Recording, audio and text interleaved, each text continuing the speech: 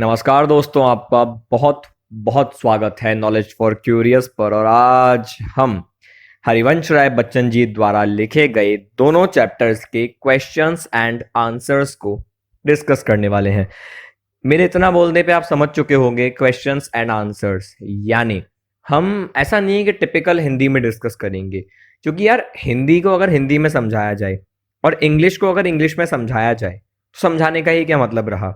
जैसे लोग इंग्लिश को इंग्लिश में समझाते हैं तो उतना समझ में नहीं आता जितना आना चाहिए। ठीक उसी तरह अगर मैं हिंदी को सिर्फ हिंदी में आपको समझाने लग जाऊंगा, टेस्ट नहीं आएगा, इस वीडियो का कोई मतलब नहीं रहेगा। तो मैं आपको बताने वाला हूं आसान और देसी भाषा में, उस भाषा में जिसमें आप और मैं बात करते हैं।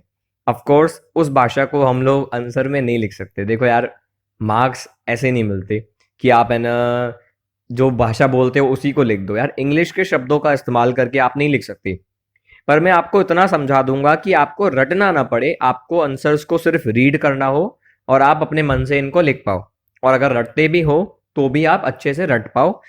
ऐसा नहीं कि बिना मतलब के करो। रटना अलग चीज है, ठीक है, बिना समझे रटना अलग चीज है, और समझने के बाद उसको कंठस्थ कर लेना अलग चीज है। तो हम क्या करेंगे, हम इसको समझेंगे, बाकी फिर आपकी चॉइस है। आइए शुरुआत करते हैं चैप्टर की। इससे पहले चैप्टर की वीडियोस आ चुकी हैं, अगर आपने नहीं देखी तो उसको आप देख लीजिएगा। हम यहाँ पे क्वेश्चन आंसर्स डिस्कस करने वाले हैं। सबसे पहला सवाल आपके सामने आपकी स्क्रीन पर। कविता एक और जग जीवन का भार लिए घूमने की बात करती है और दूसरी ओर मैं कभी न जग का ध्यान किया करता हूं, ये बात कहती है। विपरीत से लगते इन कथनों का आशय क्या है? यानी ये जो बातें ऑपोजिट लग रही हैं, ये जो बातें रिवर्स लग रही हैं, पैराडॉक्स लग रही हैं, इसका क्या मीनिंग है, आइए समझते हैं।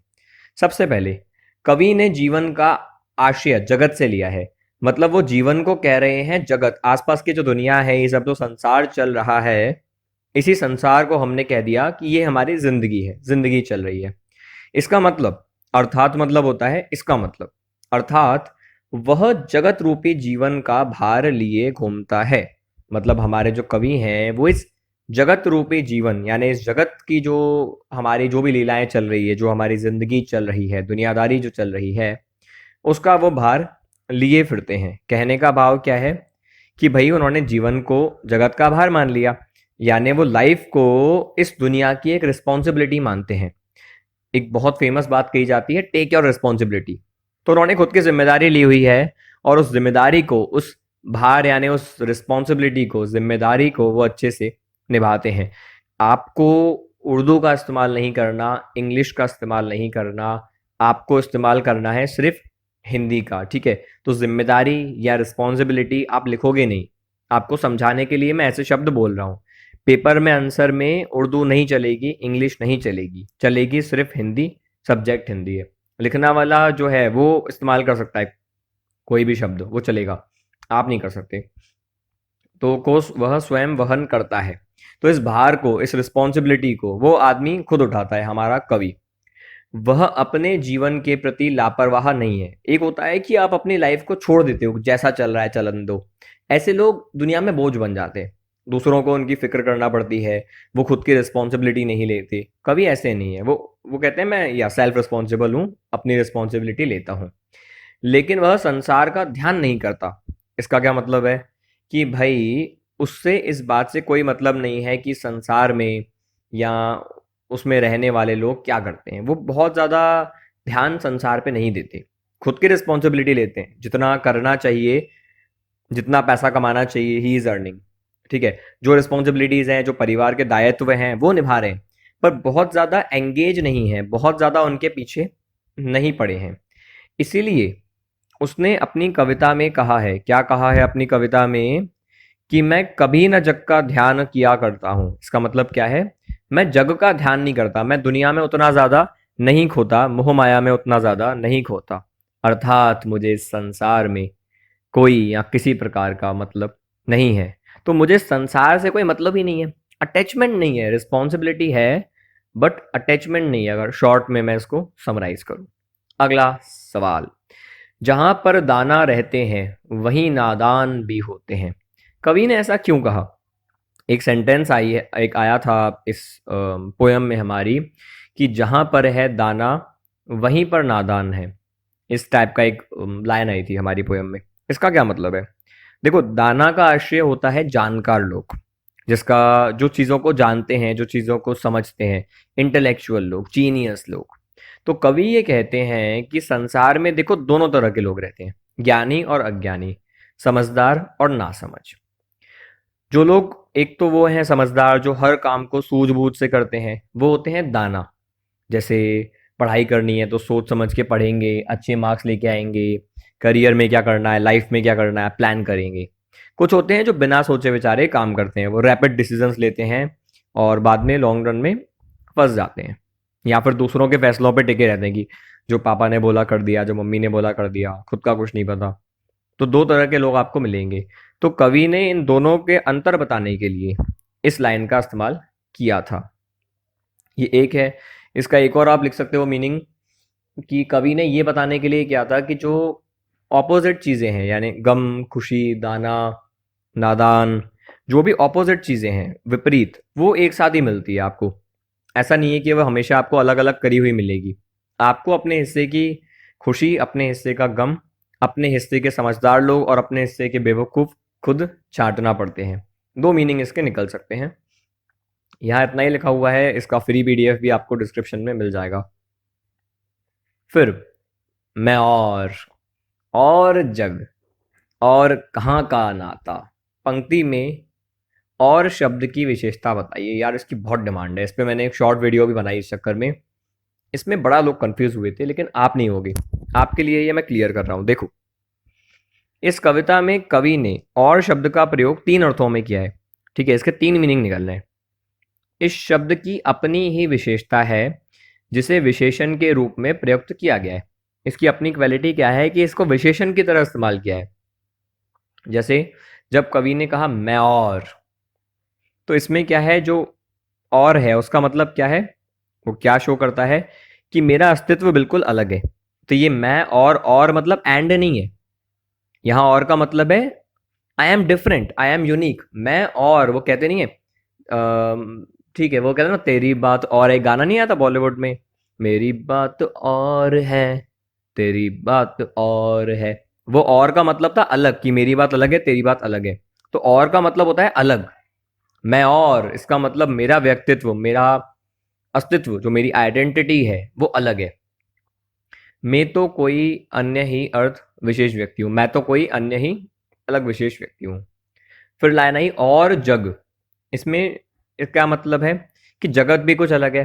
तो मैंने कहा ना, जैसे तेरी बात और है, मेरी बात और है, वैसे ही मैं और जग, मैं अलग हूं, जग अलग है। फिर कवि कहता है कि जब मैं और मेरा अस्तित्व बिल्कुल अलग है, जगत भी बिल्कुल अलग है, तो मेरा इस जगत से संबंध कैसे बन सकता है। तो जब वो कहते हैं मैं और यह संसार परस्पर नहीं मिलते, क्योंकि दोनों अलग अलग है। तो ये जो और है, समझना, मैं और जग और कहाँ का नाता। तो ये जो तीसरा और है, तीसरे और का अर्थ है के साथ। के साथ मतलब कहाँ रिलेशन है, के साथ। तो मैं और जग और कहाँ का नाता, तो इन दोनों का साथ में कोई नाता बन नहीं सकता। तो पहले और का मतलब है यूनिक, डिफरेंट। दूसरे वाले और का भी मतलब है यूनिक और डिफरेंट। तीसरे वाले और का मतलब है एंड। तो ये दो चीजें अलग अलग हैं, और एंड, इनको अगर साथ में जोड़ के आप देखते हो तो कोई इनका नाता नहीं है, दे हैव नो कनेक्शन। ठीक है जी, आई होप ये क्लियर हुआ। ये बहुत लोगों की डिमांड थी कि सर इसको तो क्लियर कर ही दो, इसमें बड़ा लोग डाउट में आते हैं। शीतल वाणी में आग के होने का क्या अभिप्राय है। तो एक लाइन आई थी पोयम में कि मैं शीतल वाणी में आग लिए फिरता हूं। इसका क्या मतलब है? शीतल वाणी में आग कहकर कवि ने विरोधाभास की स्थिति पैदा की है। विरोधाभास मतलब होता है पैराडॉक्स, जब दो बातें आपस में एक दूसरे को काट रही हो। तो कवि कहता है कि यद्यपि मेरे द्वारा कही हुई बातें शीतल और सरल है। आपने देख लिया था पोयम कितनी शीतल थी, शांत, सुकून है, एक सरलता है। आपने अगर इनके पोयम पढ़ी हो, मधुशाला, एक शांति मिलती है, मजा आता है पोयम पढ़ने में। जो कुछ मैं कहता हूँ वह ठंडे दिमाग से कहता हूँ, एकदम ठंडे दिमाग से, क्योंकि गुस्से में लिखा जाता है पर उतना नहीं। ठंडे दिमाग से लिखी गई की बात अलग ही होती है। लेकिन मेरे इस कहने में बहुत गहरे अर्थ छुपे हुए हैं, लेकिन उसमें एक गहरा अर्थ है जो वो कहते हैं। मेरे द्वारा कहे गए हर शब्द में संघर्ष है। वो संघर्ष को दिखाता है, जो जीवन का संघर्ष है, शब्दों के चयन में जो चॉइस में जो संघर्ष है, उसको दिखाता है एक एक शब्द। मैंने जीवन भर जो संघर्ष किए हैं, उन्हें जब मैं कविता का रूप देता हूँ तो वह शीतल वाणी बन जाती है। तो लाइफ के जो संघर्ष हैं, संघर्ष में हमेशा फ्रिक्शन होता है, आप याद रखिएगा। संघर्ष में दुख होता है, गर्मी होती है, उसको शीतल तरीके से जब वो बताते हैं, पोयम में बताते हैं, तो एक शीतल वाणी बन जाती है। यानी वो जो कड़वा संघर्ष है वो मीठी बातें बन जाता है। मेरे जीवन मेरे दुखों के कारण मन ही मन रोता है, लेकिन कविता के द्वारा जो कुछ कहता हूँ उसमें सजगता रूपी शीतलता होती है। इसका क्या मतलब है कि भाई मेरे मन में जितने भी दुख हैं उनके कारण मैं अंदर ही अंदर भले रो लूं, लेकिन कविता में मैं जो कहता हूँ, आय हाय, उसमें एक शीतलता है, उसमें सुख है। तो कई बार ऐसा होता है कि आदमी दुख में है, पर जो वो लिखता है ना वो हमें शांति दे देती है। क्योंकि कुछ लोग होते हैं गुस्सा बाहर निकालते हैं गुस्सा दिखा के, और कुछ उस गुस्से को प्यार बना देते हैं। वो प्यार बरसता है गीतों के रूप में, कविताओं के रूप में। दुख कई बार खुशी दे देता है, कई पोयम में ऐसा आप देखोगे। अगला ये है, दिन जल्दी जल्दी ढलता है। उस पोयम का आंसर है, देखो, बच्चे किस बात की आशा में नीड़ों से झांक रहे होंगे। तो एक लाइन आती है उसमें, एक पंक्ति आती है कि जो बच्चे हैं वो नीड़ों से झांक रहे होंगे इस प्रत्याशा में कि उनके माँ बाप आने वाले हैं। बेसिकली उनका पंछी की बात हो रही है, तो उनका जो भी माता या पिता है वो आने वाला है। तो इसे पोयम में कहा गया था। आंसर देखिए, बच्चे से यहाँ आशय है चिड़िया के बच्चों का। तो चिड़िया के जो बच्चे हैं वो नीड़, नीड़ यानी होता है घोंसला। अगर आपके घर में भी होगा, आपने देखा होगा, उस घोंसले से वो झांक रहे होते हैं इस उम्मीद में कि हमारा पेरेंट आने वाला है, माया बाप। जब उनके माँ बाप भोजन की खोज में उन्हें छोड़ के दूर चले जाते हैं, तो वे दिन भर माँ बाप के लौटने की प्रतीक्षा करते हैं। बिल्कुल सच है। शाम ढले, आहा, शाम ढलते ही वे सोचते हैं कि हमारे माता पिता हमारे लिए दाना तिनका लेकर आते ही होंगे। तो एक पंछी के जो बच्चे हैं वो वेट करते हैं कि मेरा जो पिता है, मेरी जो माता है, वो तिनका लेकर आएगी घोंसले के लिए, वो दाना लेके आएगी, हमारे चोंच में वो दाना डालेगी, तो वे हमारे लिए भोजन लाएंगे। बिल्कुल ये उम्मीदें होती है। हमें ढेर सारा चुग्गा देंगे। चुग्गा मतलब होता है दाना, ताकि हमारा पेट भर सके। बच्चे आशावादी हैं। आशावादी मतलब ऑप्टिमिस्टिक, वो उम्मीद रख के बैठे होते हैं। वे सुबह से लेकर शाम तक यही आशा करते हैं कि हमारे पिता आए और वे कब हमें चुग्गा दें, यानी हमें दाना दें। वे विशेष आशा करते हैं कि हमें ढेर सारा खाना मिलेगा, साथ ही हमें बहुत सारा प्यार भी मिलेगा। तो बच्चे इस आशा में होते हैं। सेम यार, जैसे आप भी अपने पापा का इंतजार करते होगे, आपकी मॉम का इंतजार करते होगे, और कभी किसी ट्रिप पर अगर आप बाहर जाओ तो वो इंतजार काफी लंबा हो जाता है। वो आपने फेस किया होगा। बस उसी इंतजार की बात हो रही है। कुछ वैसा ही इंतजार है, बस इंसान की जगह कुछ पंछी है, मासूम पंछी है। अगला, दिन जल्दी जल्दी ढलता है। इसकी आवृत्ति में कविता की किस विशेषता का पता चलता है? इसमें आखिर क्या विशेषता है जो कविता की शो हो रही है जब हम इस लाइन को बोलते हैं या पढ़ते हैं? आवृत्ति मतलब रेपिटेशन। तो कई बार इसका रेपिटेशन हुआ है, कई बार उसको बोला गया है। क्यों आखिर? एक किसी भी पोयम में एक लाइन जब हम बोलते हैं वो एकदम स्पेशल लाइन होती है, जिसको हम टाइटल भी बोलते हैं। यही कारण है कि कई किताबों में इसका टाइटल एक गीत की जगह दिन जल्दी जल्दी ढलता है भी दिया हुआ है। हमारे थंबनेल में भी था। तो इस लाइन का आशय यानी इस लाइन का मीनिंग है कि यार जिंदगी बहुत छोटी है। जिस तरह सूरज उगने के बाद अस्त हो जाता है, पता भी नहीं चलता कब सनराइज हुआ था, इतनी जल्दी सनसेट हो गया, रात भी हो जाती है। सेम इंसान का जीवन है। इंसान का जीवन भी क्या है, जैसे सुबह हमारा दिन शुरू होता है, रात को दिन खत्म होता है, बीच में एनर्जी रहती है। सेम जब हम पैदा होते हैं, खेलने कूदने में ज़िंदगी निकलती है, आखिरी में हम लेज़ी हो जाते हैं, एनर्जी लेवल डाउन हो जाता है। जो बीच की जवानी है, एडल्टहुड है, वहीं हम मज़े कर पाते हैं। तो एक एक दिन क्या है, हमारा लाइफ का एक छोटा सा, आप कह सकते हो, एक प्रतिरूप है, एक एक आप मॉडल है। एक एक दिन जैसा है वैसा ही हमारा पूरा जीवन है। तो वैसा ही मानव जीवन है।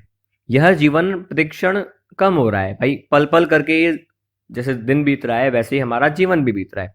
प्रत्येक मनुष्य का जीवन एक ना एक दिन समाप्त हो जाएगा। बिल्कुल सच है, एक ना एक दिन हम सबका जीवन खत्म होगा। कोई जला दिया जाएगा, कोई दफना दिया जाएगा। हर वस्तु नश्वर है, चीजें खत्म होगी, चाहे हमारे आसपास जो भी हो, सब कुछ खत्म होना है। कविता की विशेषता यही है, वो एक सेंटेंस में जीवन की इस सच्चाई को प्रस्तुत कर देते हैं। चाहे एक राहगीर हो जो रास्ते पे चल रहा है, चाहे एक चिड़िया है जो अपने बच्चों के पास पहुंचना चाहती है, हर कोई चाहता है कि मैं जल्दी पहुंचूं। और अगर दिन ढल गया, यानी वो नहीं पहुंच पाए और लेट हो गए, तो पेंडिंग रह जाएगा और नहीं पहुंच पाएंगे। तो इस तरीके से हर किसी को जल्दी है अपनी डेडलाइन तक पहुंचने की, अपनी डेस्टिनेशन तक पहुंचने की। I hope the answer was clear. अगला आंसर, संसार में कष्टों को सहते हुए भी सुखी और मस्ती का माहौल कैसे पैदा किया जा सकता है? दुनिया में रह रहे हो, दुख आएंगे, लेकिन फिर भी आप खुश हो, ये कैसे हो सकता है? बहुत फेमस लोग कहते हैं ना, जिसकी मस्ती जिंदा है उसकी हस्ती जिंदा है। इसका आखिर मतलब क्या है? तो मनुष्य एक सामाजिक प्राणी है, ये आप सबको पता होगा। Man is a social animal. हम समाज में रहते हैं। अकेले अगर आप देखोगे लॉकडाउन में लोगों की क्या हालत हुई थी। हमें कनेक्ट करने की आदत है, हमें समाज में रहने की आदत है। इसीलिए लोग सोशल मीडिया से इतना जुड़े हुए हैं, पार्टीज में जाते हैं, लोगों को जानना चाहते हैं, लाइक्स चाहते हैं। यही रीज़न है। इस नाते उसे समाज के हर संबंध का निर्वाह करना पड़ता है। इसी वजह से वो अपनी लाइफ में जो भी उसके संबंध है, उसके जो भी रिलेशंस हैं, उसको वो निभाता है। ठीक है, आपको माता पिता दोस्त भाई फॉर्मेलिटी वाले रिश्ते सब निभाने होते हैं। जीवन में हर तरह के उतार उतार चढ़ाव आते हैं भाई। बिजनेस है, लाइफ है, पढ़ाई है। कभी मार्क्स आएंगे, कभी नहीं आएंगे। कभी प्रॉफिट होगा, कभी नहीं होगा। कभी दुकान चलेगी, कभी नहीं चलेगी। सब कुछ होता है। कभी हेल्थ अच्छी होगी, कभी बीमारी होगी। सुख और दुख तो मानव जीवन का अभिन्न अंग है। अभिन्न अंग मतलब inseparable part, you can not separate that. सुख है तो दुख आएगा, और यदि दुख है, सुख अवश्य आएगा। जैसे कोविड में दुख है लोगों को, कोविड जाएगा तो कभी सुख भी आएगा। या उसमें भी लोगों ने सुख ढूंढ लिया था कई बार। तो सुख और दुख, इन्हीं दो आधारों पर मानव का जीवन चलता है। कभी सुख और दुख, वरना हमारी लाइफ कितनी अजीब होगी, हम तो आगे बढ़ ही नहीं पाएंगे। सुख दुख को ही हमारा पहिया चला रहा है। तो संसार में कष्ट सहना ये मानव की नियति है भाई। कष्ट तो आएगा, चाहे व्यक्ति अमीर हो या गरीब हो, सबको आता है। और जीवन रूपी जो गाड़ी है वो इसी पे चलती है, ये सच है। अब इसका सल्यूशन भी देखो। जिस प्रकार रात के बाद सवेरा आता है, उस प्रकार सुख के बाद दुख आता है। और व्यक्ति इन दुखों में भी खुशी और मस्ती के साथ जी सकता है। कैसे? भाई दुख में अगर आप ज्यादा दुखी ना हो, ये समझ लो कि मेरी नियति है, ये मानव जीवन है। बिना दुखों के आपको बस खुद को याद लाना होता है कि बिना दुखों के ना सुख की अनुभूति नहीं होगी। आप रियलाइज करना, आपको एक कॉमन एग्जांपल दूं। आपको जब भी फीवर आता है, बॉडी वीक हो जाती है, तो उसके बाद जब आप हेल्दी होते हो, उस हेल्थ का एक अलग ही मजा है। भले आप बुखार आने से पहले भी उतने ही हेल्दी थे, और फीवर यानी बुखार जाने के बाद भी आप उतने ही हेल्दी हो। पर जब आप उस बुखार के जोन से बाहर निकलते हो, वो जो 4-5 दिन, वो जो 7 दिन आपने खिचड़ी खाई थी, आपने मैगी नहीं खाई थी, आपने समोसा नहीं खाया था, आप आलू दे पराठे नहीं खा पा रहे थे, आप अपने हिसाब से उस एनर्जी लेवल पे नहीं थे, उतना नहीं पढ़ पा रहे थे, उतना एंजॉय नहीं कर पा रहे थे। आपको जब वो वापस मिलता है उस 4-5 दिन के बाद, उस 7 दिनों के बाद आपके बुखार के, एक अलग ही मजा होता है। ये ऐसा जिंदगी में भी होता है। हमारे जब दुख जाते हैं, तो हम जब नॉर्मल जिंदगी में आते हैं, वो हमें सुख लगता है।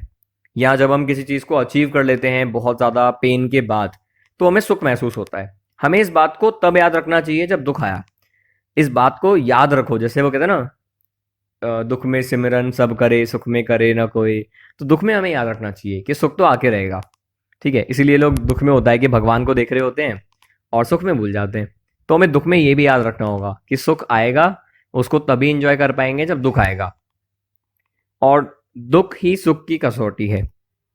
दुख क्यों है? सुख नहीं है तो दुख है। ये सब हमें याद रखना होता है। यही व्यक्ति ऐसा सोच ले, यदि व्यक्ति ऐसा सोच ले, अगर सोच ले ऐसा, वह दुख की ऐसी स्थिति में खुश रहेगा, तो उसका जीवन मस्ती से भरपूर होगा। इसीलिए वो दुख में भी खुश रह सकता है। सुख में अधिक सुखी न होना और दुख में अधिक दुखी न होना मानव जीवन को व्यवस्थित कर देता है। बिल्कुल सही है। सुख में इतना ज़्यादा खुश मत हो, क्योंकि आपको ये पता होना चाहिए कि जब तक सुख है, सुख एक लिमिटेड रिसोर्स है और दुख भी एक लिमिटेड रिसोर्स है। सुख आप कितना भी देख लो यार, कभी तो जाएगा। You can not be always healthy, your business can not always grow, can always not grow. ऐसा नहीं है कि बिजनेस हमेशा आगे बढ़ेगा, हेल्थ हमेशा अच्छी रहेगी, घर में सब लोग खुश रहेंगे, कभी भी कोई बीमार हो सकता है, कभी किसी को कुछ भी हो सकता है, तो चलता रहता है। तो आपको खुश में अगर बहुत ज़्यादा आप खुश रहोगे तो भी पंगा है, क्योंकि जब आप बहुत ज़्यादा खुश होते हो आप ये भूल जाते हो कि दैट टू शैल पास, ये भी बीत जाएगा। तो चाहे खुश हो चाहे दुखी हो, आपको याद रखना होगा ये वक्त है, गुजर जाएगा। जो व्यक्ति इन दोनों में सामंजस्य बना के चलता है, समझ के बैलेंस करके चलता है ना, वह दुख में भी खुश और मस्त रहता है। वही आदमी दुख में, परेशानी में भी खुश और मस्त रह सकता है। कवि अपने मन का गान किस प्रकार करता है? जो हमारे पोएट हैं हरिवंश राय बच्चन जी, वो किस तरह अपने मन का गान करते हैं, मतलब कैसे वो अपने मन मुताबिक गाते हैं। कवि कहता है कि मैंने हमेशा अपने मन की बात मानी है। वो कहते हैं मैंने हमेशा अपने दिल की सुनी है बैग, और अपन तो यार दिल की सुनते हैं। मैं कभी अपने प्रति लापरवाह नहीं रहा, कभी वो इर्रिस्पॉन्सिबल नहीं रहे, खुद की रिस्पॉन्सिबिलिटी हमेशा ली। मैंने हमेशा वही किया जो मन ने कहा। आय हाय, मन की सुनते हैं, लेकिन मैंने अपनी दुनिया की परवाह नहीं की, इसलिए मैं मन का ही गान करता हूँ। वो कहते हैं ना, अपने दिल की सुनो, आपका दिल कभी गलत नहीं होता। बस बच्चन साहब भी वही करते हैं, हरिवंश राय बच्चन जी। कभी सुख और दुख दोनों स्थितियों में मग्न कैसे रह पाता है? वो कैसे मग्न रहते हैं, कैसे आत्ममुग्ध रहते हैं, कैसे खुद में खोए रहते हैं? तो कवि ये कहते हैं कि मैं दुख में ज्यादा दुखी नहीं हुआ तो सुख में ज्यादा खुश भी नहीं हुआ। मैंने हमेशा दोनों स्थितियों में सामंजस्य बनाए रखा। श्रीमद् भगवद गीता में इसको कहते हैं आत्मनेत्रा तुष्टा। आई एम सॉरी, मैं प्रोनाउंसिएशन गलत कर रहा हूँ, पर ऐसा ही कुछ था, आत्मनेत्रा तुष्ट। आप इसको गूगल जरूर कीजिएगा, आपको आत्म से ही मिल जाएगा, श्रीमद् भगवद गीता, ठीक है, इससे आपको मिल जाएगा। तुष्टा मतलब एक आदमी जो हमेशा संतुष्ट रहता है। सुख और दुख दोनों को एक जैसा माना, क्योंकि दोनों स्थितियों को मानव जीवन में आती हैं। सुख और दुख दोनों आना ही है, तो उसको एक जैसा मान के चलते रहो। इसलिए कभी सुख और दुख दोनों में ही मग्न रहता है, इसलिए वो सुख और दुख दोनों में मग्न रहते हैं, यानी आत्ममुग्ध, अपने आप में खोए रहते हैं। कवि जग को अपने से अलग कैसे मानता है? कवि खुद को कैसे इस दुनिया से, नॉर्मल वर्ल्ड से अलग मान लेते हैं? कैसे? कवि ये कहते हैं कि मेरा और जग दोनों का अस्तित्व अलग अलग है, आइडेंटिटी अलग है। मैं कभी जग के बारे में नहीं सोचता मुझे केवल अपने ही काम है। जगत मेरी ही तरह, वो अपने में मस्त है वो मेरी नहीं सोचता, मैं उसकी नहीं सोचता। हम दोनों का अस्तित्व अलग है, तो मैं जगत को क्यों मानूं? मैं ऐसे जगत मानता ही नहीं हूं। मेरी दुनिया मेरे अंदर है, मेरी बातें, मेरे ख्वाब। दिन का थका पंथी कैसे जल्दी जल्दी चलता है? पोयम है ना, दिन जल्दी जल्दी ढलता है। तो वो क्यों जल्दी जल्दी चल रहा है? एक राहगीर जो है वो जल्दी जल्दी क्यों चल रहा है आखिर? What is his motivation? तो देखो, वह इसलिए चलता है जल्दी जल्दी, वो थका तो हुआ है भाई, आदमी पूरा दिन चला है, वो थका है, पर वो अगर रुक गया तो रात हो जाएगी, और रात हो गई तो वो पहुंच नहीं पाएगा जहां उसे पहुंचना है। इसलिए वह जल्दी जल्दी ढलता है, यानी वो फियर ड्रिवन है कि मैं अपनी मंजिल पर नहीं पहुंच पाऊंगा जहां उसे पहुंचना है। दिन के जल्दी जल्दी ढलने से क्या प्रेरणा मिलती है? हमें क्या इंस्पिरेशन मिलती है, क्या सीखने को मिलता है? दिन के जल्दी जल्दी ढलने के कारण व्यक्ति सजग हो जाता है। लाइफ का मजा ही इस बात में है कि आपकी लाइफ खत्म हो रही है। आज ये वीडियो मैं रिकॉर्ड कर रहा हूँ 11 बजे, जब तक ये वीडियो एडिट होगी मेरा जिंदगी का एक दिन कम हो चुका होगा, 12 बज चुके होंगे। अगर मेरे अंदर ये इमोशन ना हो कि मेरा वक्त जल्दी जल्दी बीत रहा है, अगर मुझे एहसास ना हो, तो मैं कहता ठीक है यार, अभी नहीं तो कल वीडियो डल जाएगी, उसमें क्या है, कल नहीं तो परसों डल जाएगी, की फर्क पैंदा है। लेकिन मुझे पता है अगर ये आज वीडियो नहीं डली तो मेरी जिंदगी का एक दिन ऐसा होगा जिसमें ये मिस हो गई और वो अगले दिन पे टल गई। लिमिटेड दिन है, लिमिटेड वक्त है, इसीलिए हमें स्पीड में काम करना होगा, हमें उसकी कदर करनी होगी।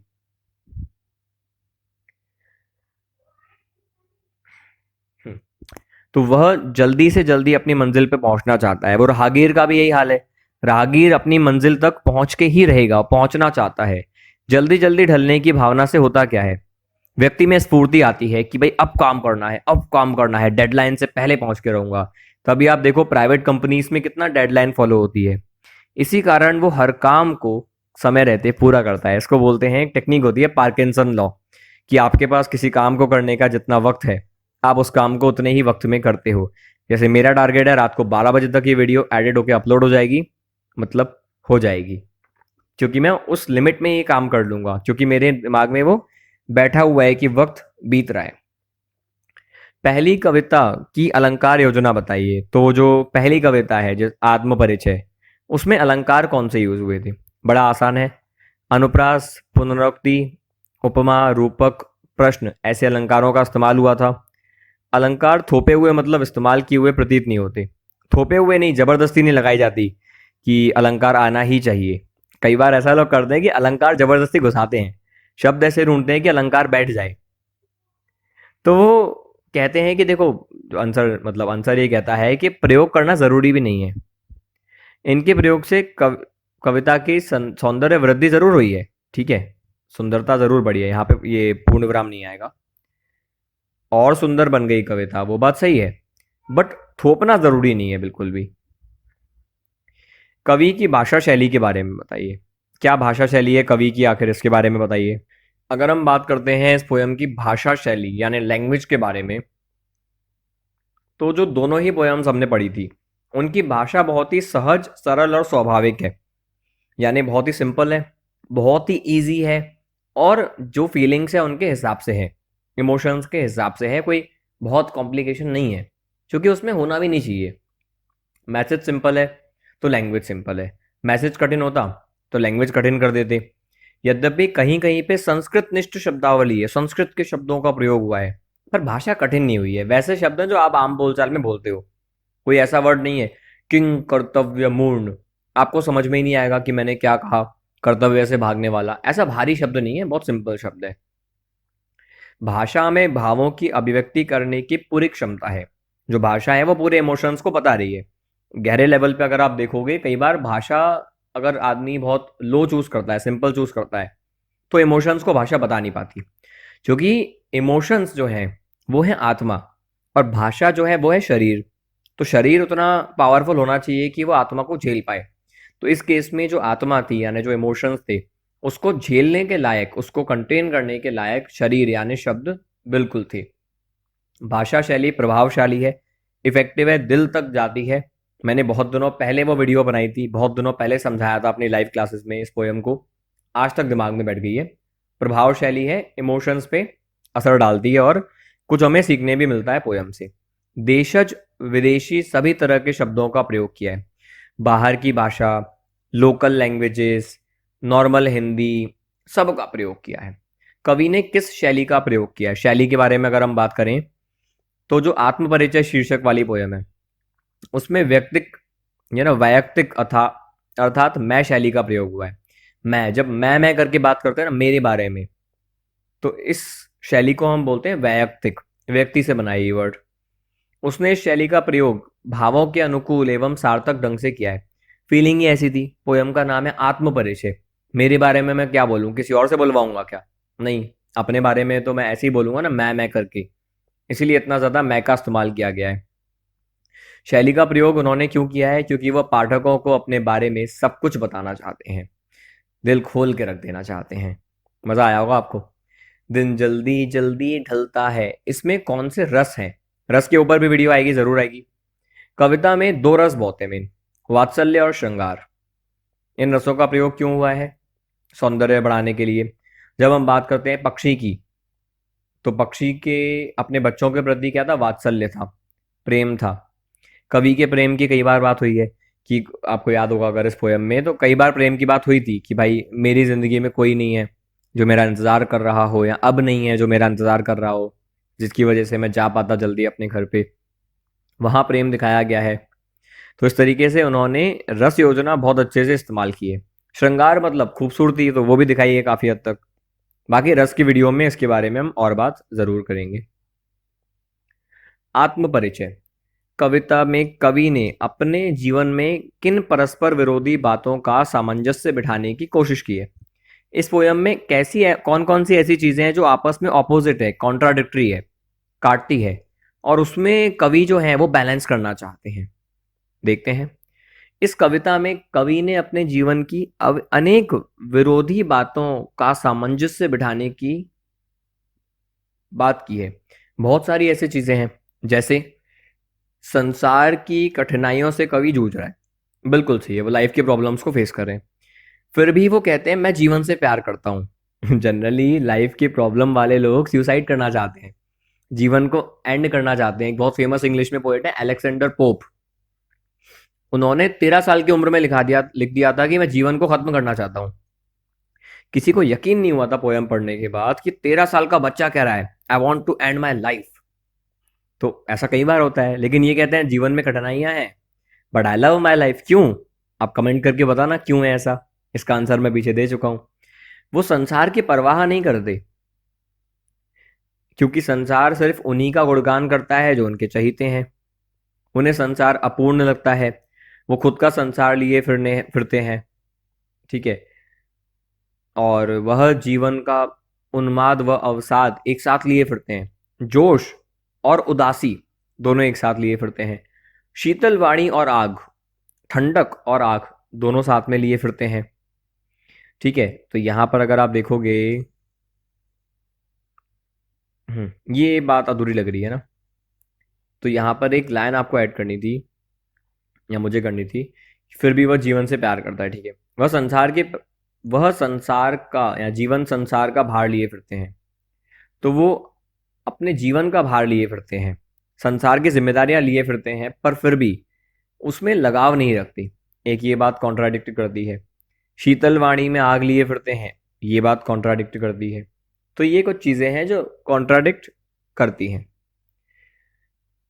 दिन जल्दी जल्दी ढलता है, इसमें पक्षी तो लौटने को विकल है पर कवि में उत्साह नहीं है, ऐसा क्यों?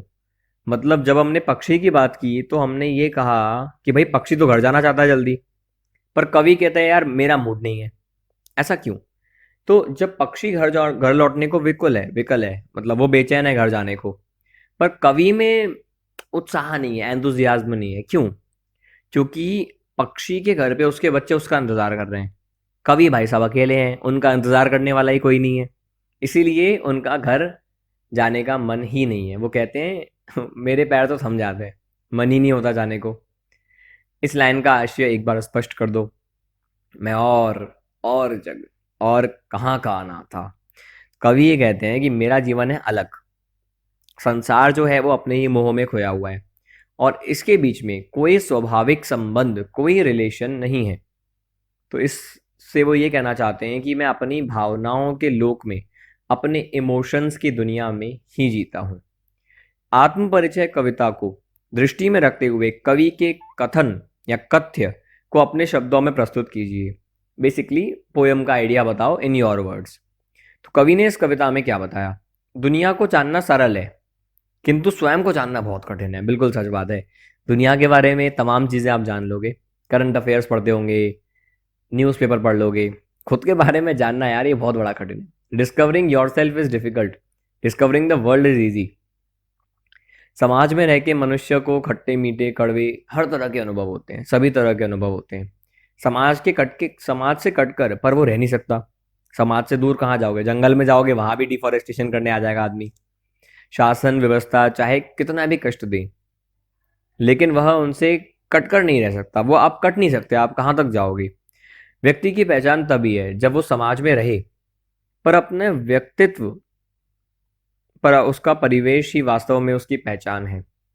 तो वो समाज में तो रहे, इसके आगे यहाँ पे लाइन रखो, व्यक्ति की पहचान तभी है जब वो समाज में रहे, उसका परिवेश ही वास्तव में उसकी पहचान है। वो समाज में रहे व्यक्ति, बिल्कुल, तभी उसकी पहचान है। ऐसा हमको लगता है कि अगर हम मान लो, जैसे अगर मैं एक टीचर हूँ, मैं वैसे लाइव क्लासेस पढ़ाता हूँ, आपको अगर लाइव क्लास ज्वाइन करनी है, नंबर गिवन है, आप अपना डेमो बुक कर सकते हो। बहुत ही शानदार इंग्लिश और हिंदी की क्लासेस बहुत ही अफोर्डेबल फी में आपको मिल जाएगी। अब जैसे मैं एक लाइव क्लास का टीचर हूँ और इंडिया में पढ़ाता हूँ, इंडिया में कई शहरों के स्टूडेंट्स मुझे जानते हैं, बट वो तब तक जब तक मैं समाज से कनेक्टेड हूँ। अगर मैं देश से बाहर गया, लोग मुझे नहीं जानेंगे। मंगल ग्रह पे पढ़ाने गया मैं इलॉन मस्क के साथ, वहाँ पे एलियंस मुझे नहीं जानेंगे। क्यों? क्योंकि एक लिमिटेशन है। अपने समाज के लोग हमको जानते हैं, तो हमारी आइडेंटिटी हमारे आसपास के लोगों पे डिपेंड करती है कि वो हमें किस नज़र से देखते हैं। अमेरिका बोलता है तुम ईस्ट वाले हो, तो क्यों? क्योंकि उसकी नज़र से हम ईस्ट वाले हैं। वो बोल रहा है इसलिए हम ईस्ट वाले हैं। अगर वो बोलना बंद कर दे तो हम ईस्ट वाले कैसे हैं? दुनिया आपको आपके नाम से बुलाना बंद कर दे तो आपका नाम कहाँ गया? तो हमारा जो अस्तित्व है वो हमारे आसपास के लोगों से ही है। कवि ये कहता है कि मेरा जीवन विरुद्धों के सामंजस्य से बना है। अलग अलग विरोधी चीजें हैं जिनसे मैं जुड़ के बना हूँ। मैं विरोधाभासी जीवन जिया करता हूँ। ये जियो नहीं, जिया करता हूँ होगा, ये जियो बड़ा फेमस हो गया है, जिया करता हूँ। तो विरोधाभासी ये जीवन जीते हैं। इन्होंने ये क्लियर कर दिया कि एक प्रकार की अजीब सी दीवानगी इनके अंदर है। एक अपने ही नशे में ये खोए रहते हैं। ये जीवन इस संसार का नहीं है। भले संसार से आइडेंटिटी मिली, संसार से नाम मिला, पर जीवन मेरा खुद का है। मैं इससे खुद जुड़ा हुआ हूँ। मैं स्वयं को जुड़ा पाता हूँ जो मेरे ही विरुद्ध है। मैं उस हर बात, हर घटना से स्वयं को जुड़ा पाता हूँ जो मेरे विरुद्ध है।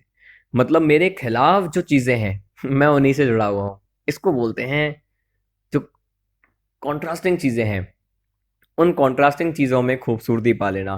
तो आई होप आपने खूबसूरती पाई है इस वीडियो में। लाइव क्लासेस ज्वाइन करनी है, नंबर डिस्क्रिप्शन में गिवन है। बाय गॉड मेहनत लगती है। अगर आपने लास्ट तक इस वीडियो को देखा है, लाइक करना, दोस्तों तक ज़रूर जितना हो सके शेयर करना, सब्सक्राइब करना ऐसी और वीडियोस के लिए।